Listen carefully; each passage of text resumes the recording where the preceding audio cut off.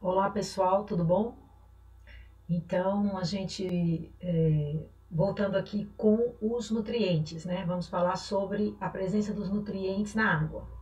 Esses nutrientes que a gente vai falar agora, eles estão associados com aqueles termos relacionados à trofia, né? Eutrófico, oligotrófico, distrófico, mesotrófico, hipereutrófico, enfim. Esses termos, eles estão ligados à quantidade desses nutrientes. Tanto no ambiente terrestre como no ambiente aquático, os organismos precisam de alimento, né? Então, fazendo um paralelo, para que vocês possam entender, né? No ecossistema terrestre, por exemplo, quando a gente tem uma planta assim, em um determinado local, a gente precisa alimentar aquela planta, né? Não é só água. Nós precisamos de tempos em tempos adubar aquela planta, né? E esses adubos, eles são basicamente NPK, né? Lá nas suas proporções. E o que é o NPK? É o nitrogênio, o fósforo e o potássio, certo? Nas devidas proporções. Né? Quantas vezes você já teve uma planta que começou a perder a coloração, ela começou a ficar feia, estranha, né? E aí alguém da área diz para você, olha, isso daqui precisa adubar, é falta de nitrogênio, né?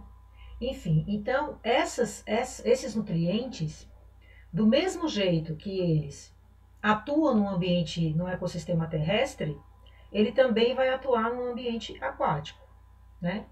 Só que no ambiente aquático nós teremos que esse nitrogênio, que é o nitrogênio molecular, que é o nitrogênio inorgânico que está no ar, né, que está na atmosfera, ele entra dentro do ecossistema aquático e vai ter que sofrer algumas modificações, alguns processos, né, para que ele possa ser absorvido pelos organismos, pelas plantas aquáticas, pelo fitoplâncton, né? Então, é sobre esses nutrientes que a gente vai falar. Quando esses nutrientes eles estão em grande quantidade dentro do ambiente aquático, a gente diz que aquele ambiente está hipereutrófico. Trofia, eutrofização, é o processo de enriquecimento a partir de nitrogênio e fósforo dentro dos ambientes aquáticos. Né? A gente já veio falando ao longo das aulas sobre os processos de eutrofização. Né? Então, os processos de eutrofização, a gente leva em conta principalmente o nitrogênio e o fósforo, embora a gente saiba que existem outros nutrientes também que são utilizados pelas plantas. Mas por que o nitrogênio é importante? Né? Porque ele vai participar na formação das proteínas, certo? Quando esse nutriente ele está em baixas concentrações, né, ele se torna um fator limitante na produção primária de ecossistemas aquáticos. Então ele é muito importante. Ah, então o processo de eutrofização é um processo bom, então? Depende do que você chama de bom, né? Porque lembra que eu falei para vocês que limnologia não é o estudo da qualidade de água? Então, quando eu falei isso para vocês, e eu disse, mais qualidade de água para consumo humano está dentro das possibilidades de estudo da limnologia. Porém, a limnologia não é isso, né? Porque antigamente as pessoas usavam até o termo como sinônimos, né? Porque a eutrofização de um ambiente, teoricamente, seria boa, né? Porque eu estou ofertando nutrientes para aqueles organismos, né? Se falta esse nutriente, então ele passa a ser um fator limitante para esses organismos que não vão crescer, né? Então é comida, né? E teoricamente essa comida é muito boa. Mas esse processo de eutrofização, ele leva a algumas consequências naquele meio aquático. E essas consequências acabam interferindo, né, no, no, na qualidade de água para consumo humano, né? Acabam interferindo naquela localização, se for um reservatório, por exemplo, e ele estiver eutrofizado, ele vai ter muitas plantas aquáticas e aquelas plantas aquáticas poderão interferir nas turbinas e, como a gente já falou sobre isso, né, na transmissão de energia, levando a processos de prejuízos muito grandes, né, porque eu tenho um boom dessas plantas aquáticas nesses locais por conta da quantidade de nutrientes, então elas vão incorporando aqueles nutrientes e vão aumentando, né? E você acaba perdendo o controle, muitas vezes, daquele ambiente aquático ali, por conta dessa eutrofização, né? E o desenvolvimento de organismos, como, por exemplo, cianobactérias, né? Que aí impossibilitam aquele local de ser utilizado para lazer, né? Ou para pesca, né? Ou para utilização daquela água para consumo humano. Então, por isso que nós precisamos sempre identificar se aquele local ele está num processo de eutrofização natural ou se aquele processo de eutrofização é artificial, né, causado por ação antrópica, né? E se essa ação antrópica também ela vem de esgotos domésticos, industriais, porque você precisa saber, né, quando você vai estudar o seu ambiente aquático, você precisa saber quais são os possíveis danos que são causados a ele, você fazendo uma análise do entorno, né? Como eu já falei isso para vocês diversas vezes e estou aqui repetindo novamente, certo? Então, o nitrogênio e o fósforo são essenciais para esses organismos, tá bom? Mas são eles também que, ao mesmo tempo, levam aquele ambiente a se transformar num ambiente eutrófico, né? Quais são as principais fontes de nitrogênio? A chuva é uma fonte de nitrogênio natural, né? Material orgânico e inorgânico de origem alóctone, ou seja, que vem de fora para dentro daquele ambiente aquático, né? E a fixação do nitrogênio molecular dentro do próprio lago, como eu acabei de falar para vocês, esse nitrogênio do ambiente que vai ser fixado nos ambientes aquáticos, tá certo?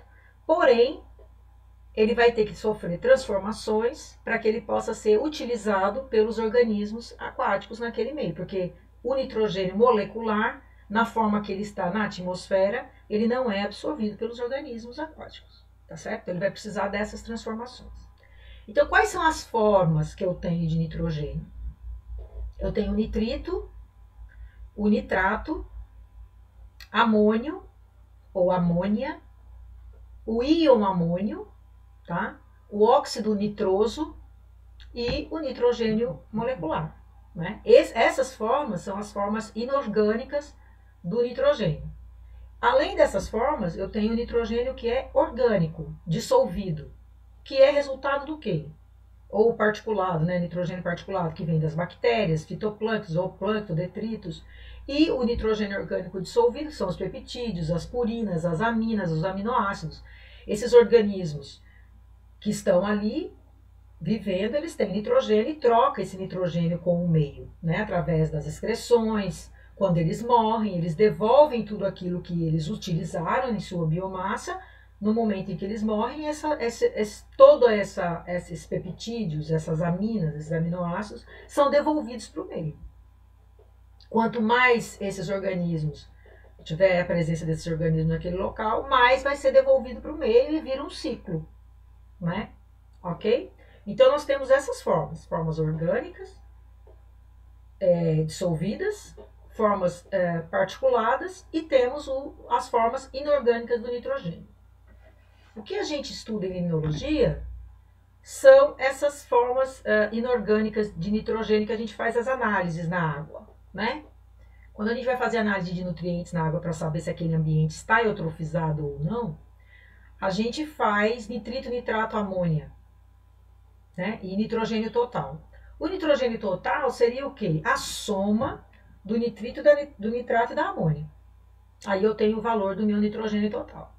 Existem trabalhos, muitos trabalhos, em que não se faz, não se determina a quantidade de nitrito, nitrato e amônia, mas apenas de nitrogênio total, tá certo? Faz análise apenas do nitrogênio total.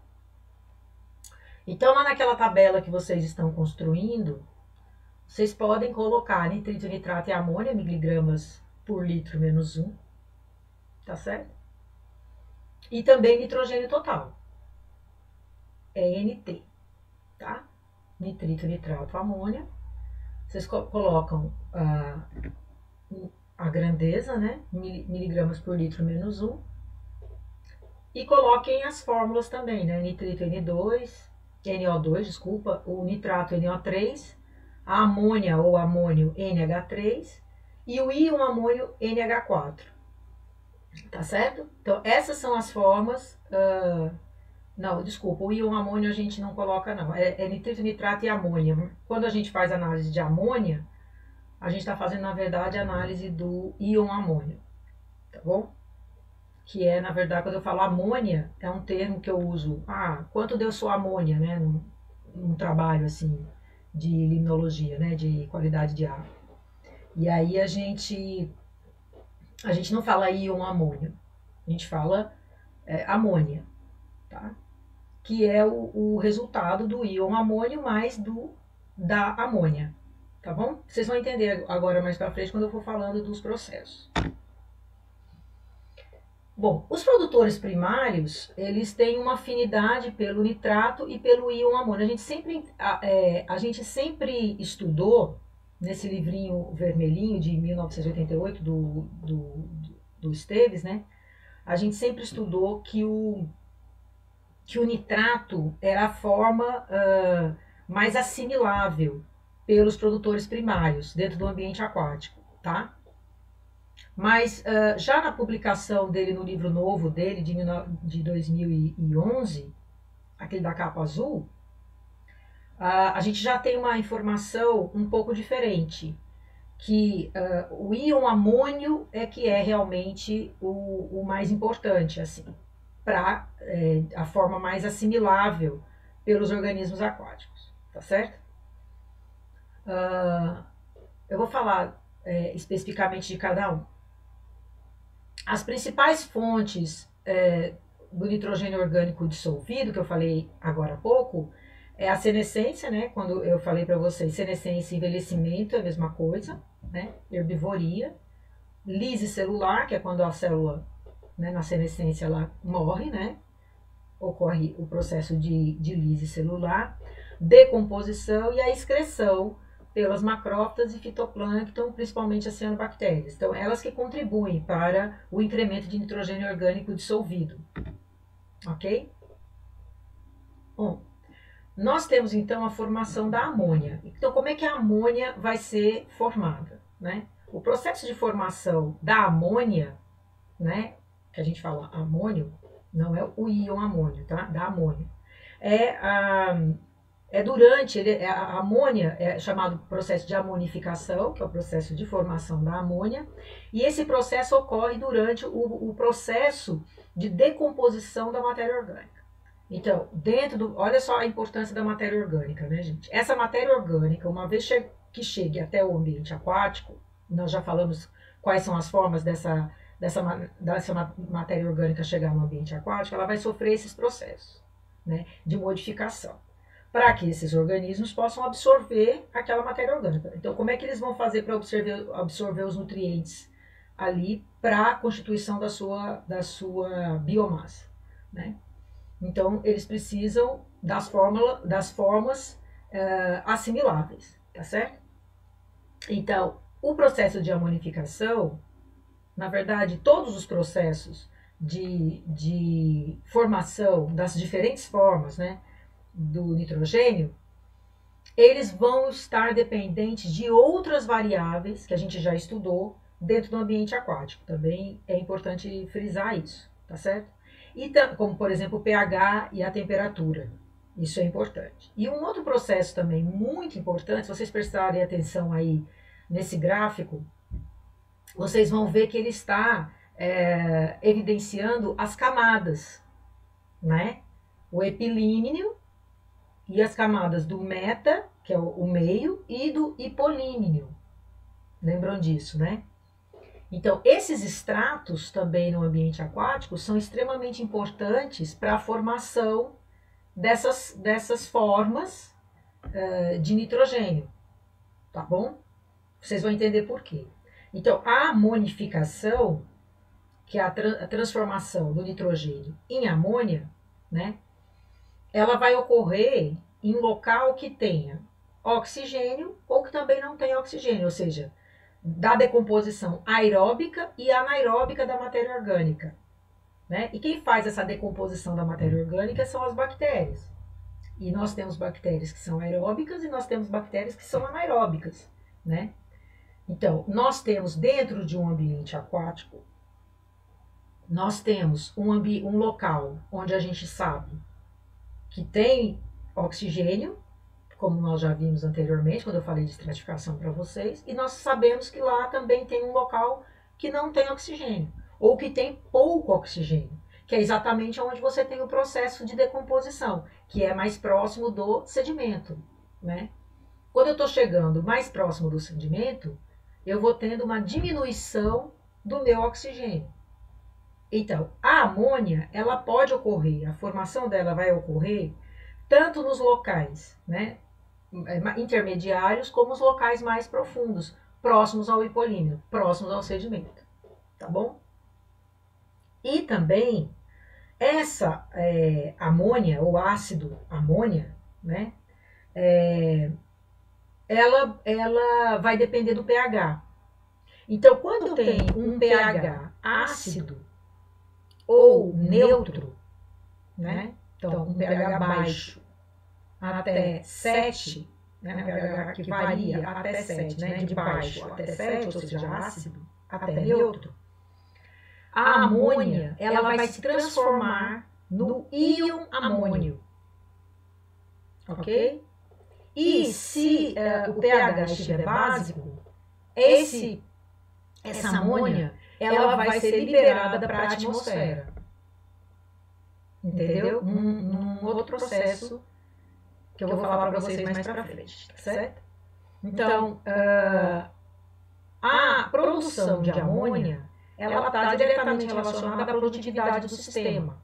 Quando eu falo produtividade do sistema, eu estou falando da produtividade dos produtores primários, tá certo? A produtividade é isso, quanto de produtor primário tem ali, né? Sabendo, agora vocês têm que fazer todo aquele raciocínio e entender como é que aqueles produtores primários ocorrem ali. Quando eu vou ter muita produção de produtores primários? Quando eu tiver uma grande quantidade de nutrientes. Então, eles vão abundar, né? Quando eu tiver luz e nutrientes, eles vão fazer fotossíntese. Então, aí você tem a produção primária. Então, isso que é a produtividade que eu estou falando. Num lago tropical, né, a estratificação, como eu falei para vocês, e também a produção, a chuva, a pluviosidade, e a presença de algumas bactérias importantes, que eu vou dizer para vocês quais são elas, chamadas bactérias amonificadoras, que ocorrem ao longo da coluna d'água, elas vão ser as mais importantes do processo de amonificação, né? Lembra que no clima temperado a gente não tem estratificação, enquanto que em um local temperado, num local tropical, desculpa, nós temos aquele processo de estratificação, tá certo? Então, formado, né, o íon amônio, que é o íon que vai ser absorvido pelos organismos a partir da amônia, eu também tenho um outro processo que é a formação do nitrito, que é a forma intermediária para que depois eu tenha a formação do nitrato, tá? Então eu tenho primeiro nitrito para depois formar o nitrato. Então o processo de formação do nitrito é chamado de nitrificação, né? Esse processo de nitrificação, ele já é mais específico. Ele só ocorre em ambientes aeróbicos. Ou seja, precisa haver oxigênio no ambiente, tá? E aí, eu tenho a oxidação desses compostos reduzidos a amônia e nitrato, ok? Esse é o processo de nitrificação. Para que isso ocorra, eu tenho a participação de 2 gêneros de bactérias, tá bom? Que são, os 2 gêneros são nitrosomas e nitrobacter. As do gênero nitrosomas, elas oxidam amônio a nitrito, tá? Veja aí a forma intermediária, tá? E as nitrobacter vão oxidar o nitrito a nitrato, que é a forma que é assimilável pelos organismos. Então, a presença dessas bactérias é que faz com que a decomposição dessa matéria orgânica, né, consiga ser absorvida pelos organismos a partir desses processos que eu acabei de falar para vocês, tá bom? Então, esse processo chama-se de nitrificação. E também existe um outro processo chamado desnitrificação. Então, eu tenho uma amonificação, formação da amônia, nitrificação, formação do nitrito para depois formar o nitrato, né? E a desnitrificação. A desnitrificação é um processo que é anaeróbio, então, sem a presença de oxigênio, né? Onde o nitrato é reduzido a nitrogênio molecular ou em amônia e vai retornar para a atmosfera, tá bom? Onde ocorre esse processo? No sedimento. Quando eu falar em locais que não tem oxigênio, eu estou falando do hipolímeno, né? O sítio é próximo ao sedimento, bem próximo ao sedimento ou no sedimento, né? E é um processo ecológico importante porque ele vai voltar a liberar para a atmosfera nitrogênio, o nitrogênio molecular. Então veja como existe uma relação muito estreita entre um ambiente terrestre, um ecossistema terrestre e um ambiente ou um ecossistema aquático. Como eles são interdependentes e como que um acaba afetando o outro, tá certo? Bom, somente quando eu tenho concentrações, né, das formas inorgânicas de nitrogênio em grandes, em poucas quantidades, quando elas atingem valores muito baixos ou então são esgotadas, é que essas formas orgânicas vão ser aproveitadas pelos organismos aquáticos, né? Então fica assim, as formas orgânicas, elas acabam funcionando como uma reserva, né? Elas são acionadas no momento em que eu tenho uma quantidade inorgânica de nitrogênio muito baixa ou quando ela foi esgotada, tá bom? O nitrito, como eu falei para vocês, é a forma intermediária. Então, ele vai ser encontrado em baixas concentrações quando eu tiver um aumento do oxigênio. Então, se uma água está muito oxigenada, o que é positivo, o meu nitrito está baixo. Então, uma água pouco eutrófica, ela tem mais nutrientes, tem mais oxigênio. E ela tendo mais oxigênio, isso é benéfico para aquele local, né? Então, eu vou ter baixas concentrações de nitrito. Esse nitrito, ele pode ser assimilado pelo fitoplâncton, tá? Quando naquele ambiente não há nitrato e nem amônio, ou seja, não houve o processo de redução, né? Nesse caso, o nitrito ele vai ser reduzido em amônio no interior das células através de uma enzima chamada de nitrito redutase, ok? Se eu tiver em altas concentrações, ele pode ser tóxico para os organismos aquáticos também, né? Então, lembrem que eu estava falando, então o processo de eutrofização é muito bom, né? Porque, teoricamente, quanto mais comida, mais abundância dos organismos aquáticos. Não era bem assim, né? Porque eles também esses organismos possuem um ótimo de absorção desses nutrientes, né? A partir do momento em que essas concentrações se tornam ou muito altas ou muito baixas, esses organismos também sentem, entendeu? Então, existe aí para cada espécie, né, um ótimo de concentração, tá bom? O nitrato é a forma oxidada, que é a fonte principal, como eu falei para vocês, né, para os produtores primários, o nitrato e o íon amônio, tá? O íon amônio é a forma reduzida, né, como a gente já viu, então é a forma preferencial de nitrogênio inorgânico para as atividades de bactérias, de fungos, né, estando presente na água como NH4, certo? Hidróxido de amônio, cuja proporção vai depender da temperatura e do pH. Então, a temperatura e o pH agem diretamente nessas formações, nessas formas diferentes do nitrogênio, tá bom? A sua concentração onde existe fitoplâncton, que é no epilímnio, onde eu tenho a produção maior do que a respiração, é baixa, certo? E por isso o nitrato é a principal fonte de nitrogênio para esses vegetais aquáticos. Não há necessidade de redução desse íon no interior das células, como ocorre com o nitrato. Não há essa necessidade, tá bom? Quando eu tenho, veja aí a participação do pH. Quando eu tenho um pH básico, o íon amônio ele se transforma em amônia. Mas a amônia, em grande quantidade, ela também é tóxica, né? E ela também pode se difundir para a atmosfera, né? Numa forma gasosa e pode acarretar perda de nitrogênio do meio aquático, o que seria desastroso para esses organismos, tá certo? Então, altas concentrações deste íon podem influenciar a concentração de oxigênio no meio.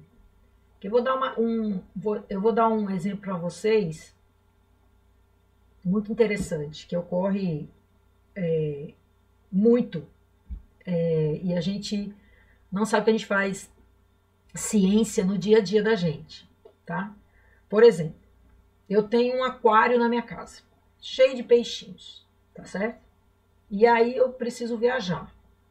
E eu não tenho quem vá lá colocar comida para os meus peixes. Eles estavam indo super bem, tudo organizado, tudo equilibrado naquele micro habitat, beleza.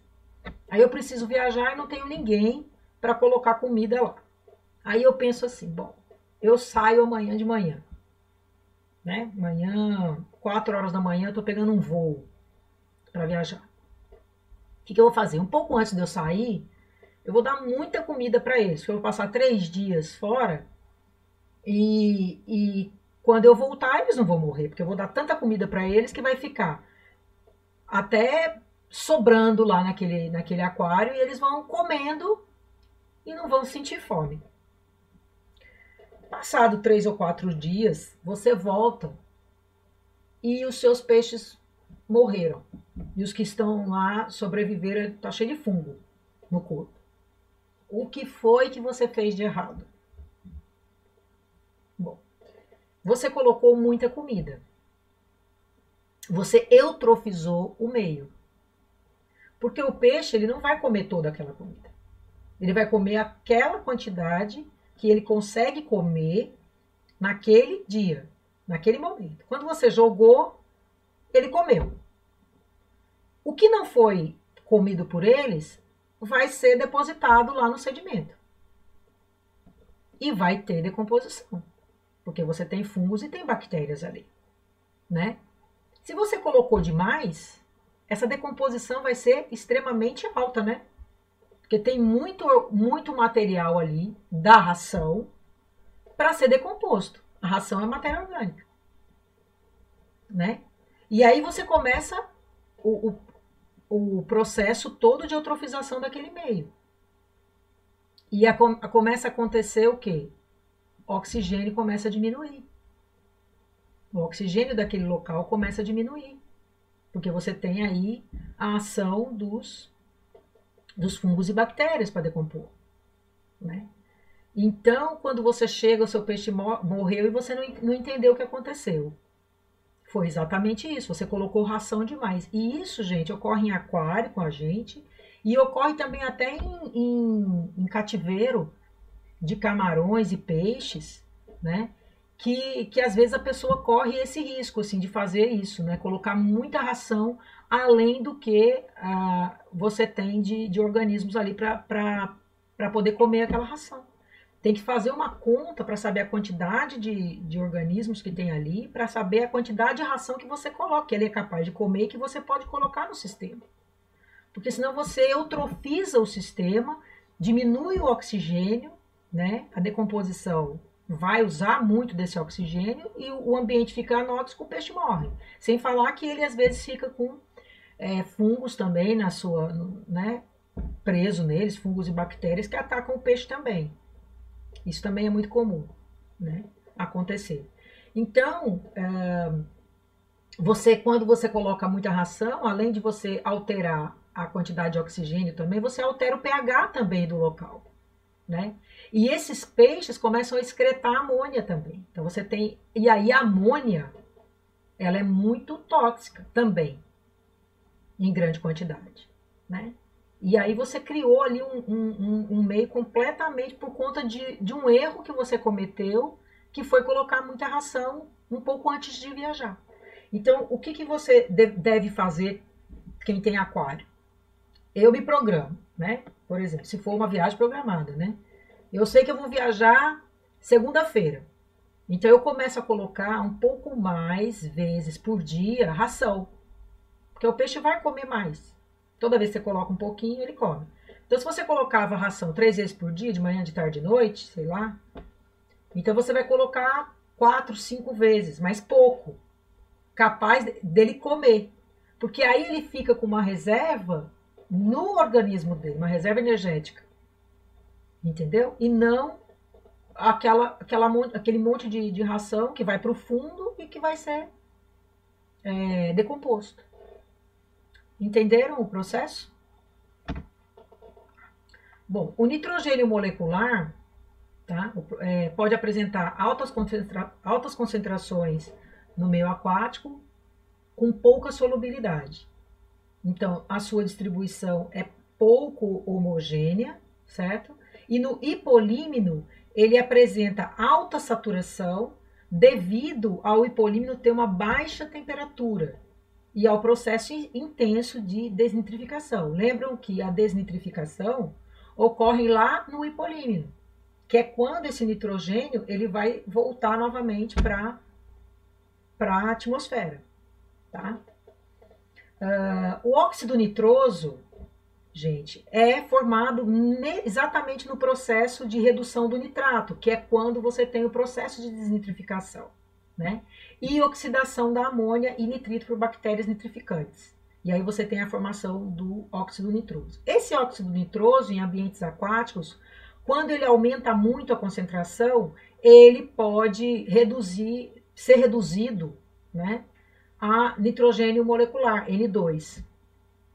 Ok? Então, aí eu mostro para vocês a floração de nitrogênio, a fixação de nitrogênio por bactérias e algas. Esses são os gêneros, né, principais que a gente tem de bactérias fixadoras, né, que é Anabaena, Nostoc, né, Azobacter, Clostridium, certo? Então, cianobactérias e bactérias, que são as responsáveis por isso.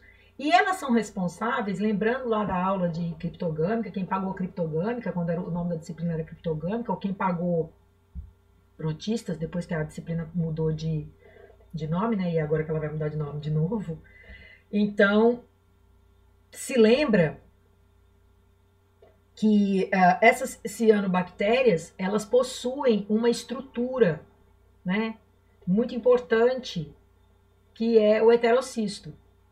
São essas células que eu mostro aí diferenciadas, que eu estou indicando aí com a flecha, que eu tenho uma cianobactéria filamentosa e uma das células, elas são maiores, né, mais delgadas, e E elas apresentam essa modificação exatamente porque elas são uma estrutura, são consideradas estruturas onde ocorre o sítio de fixação do nitrogênio.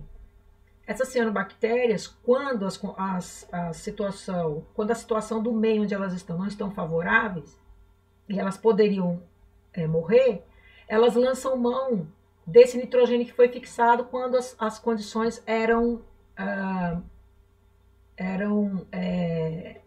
satisfatórias para elas no meio, certo? Então elas fixam esse nitrogênio, ficam com uma reserva de nitrogênio ali naquele heterocisto, e depois, quando a situação não está favorável, ela lança mão desse local, desse nitrogênio, e consegue sobreviver. Por isso que as bactérias, né, as cianobactérias, elas estão aí adaptadíssimas, né, desde que o mundo é mundo, e continuam com sucesso, muito bem, obrigada, exatamente porque elas têm vários mecanismos de adaptação quando o meio não está favorável para elas.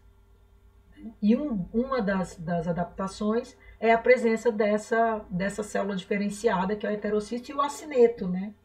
Também é uma célula diferenciada, né? E que é essa mais redondinha, né?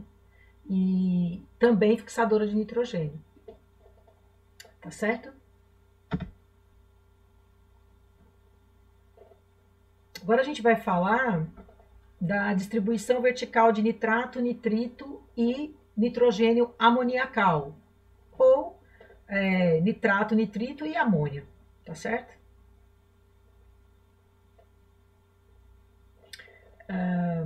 Em regiões de clima temperado, que são em lagos que são oligotróficos em clima temperado, eu vou ter uma baixa concentração de nitrogênio amoniacal, certo? Toda a amônia formada, ela vai ser convertida em nitrato, gente, é um ambiente oligotrófico, né? E eu vou ter uma baixa concentração de nitrato no epilímnio. Quando o lago, no ambiente temperado, for eutrófico, eu vou ter uma maior concentração de nitrogênio amoniacal e de nitrato no hipolímnio, né? Por todas essas explicações que a gente teve anteriormente. Em região de clima tropical, eu tenho, então, as determinações inverno, primavera, verão, outono e inverno bem definidas, né? As estações do ano. No inverno, temperatura baixa, o que eu vou ter? Nitrogênio amoniacal homogêneo, tanto no epilímnio como lá no hipolímnio vai estar tudo homogeneizado, tá? No verão, eu tenho estratificação térmica, o que eu não tenho no inverno, né? Então, com a estratificação térmica, aí o que vai acontecer? Eu vou ter uma baixa concentração de nitrato no epilímnio e no hipolímnio e alta concentração de nitrito no hipolímnio, tá? Bom, aqui, como eu falei para vocês, né, para dar uma ideia, né, de quantidade, né, gente, para a gente ter uma noção de quantidade de todos os componentes nitrogenados, né, de nitrogênio amoniacal, que é a amônia, nitrato e nitrito, né, para que eu possa considerar aquele lago oligotrófico, mesotrófico, eutrófico. Como é que eu determino a atrofia deles me baseando nesses compostos nitrogenados, tá? De acordo com Vollenweider, 1968. Então, oligotrófico eu tenho entre 0 e 0,3 de nitrogênio amoniacal por miligramas por litro, nitrato entre 0 e 1 e nitrito entre 0 e 0,3. Para ser considerado mesotrófico, eu tenho que ter entre 0,3 e 2 de nitrogênio amoniacal, 1 e 5 de nitrato e 0,5 a 5 de nitrito. E para ser considerado eutrófico, veja que os valores dispararam, né? Eu já tenho um valor de amônia, né, de nitrogênio amoniacal, variando de 2 a 15 miligramas por litro, de nitrato variando de 5 a 50 miligramas por litro, e de nitrito de 5 a 15 miligramas por litro. Então, eu consigo, a partir desses valores obtidos com as minhas análises de água, estabelecer se aquele ambiente é oligotrófico, mesotrófico ou eutrófico, tá? E agora a gente vai falar do fósforo.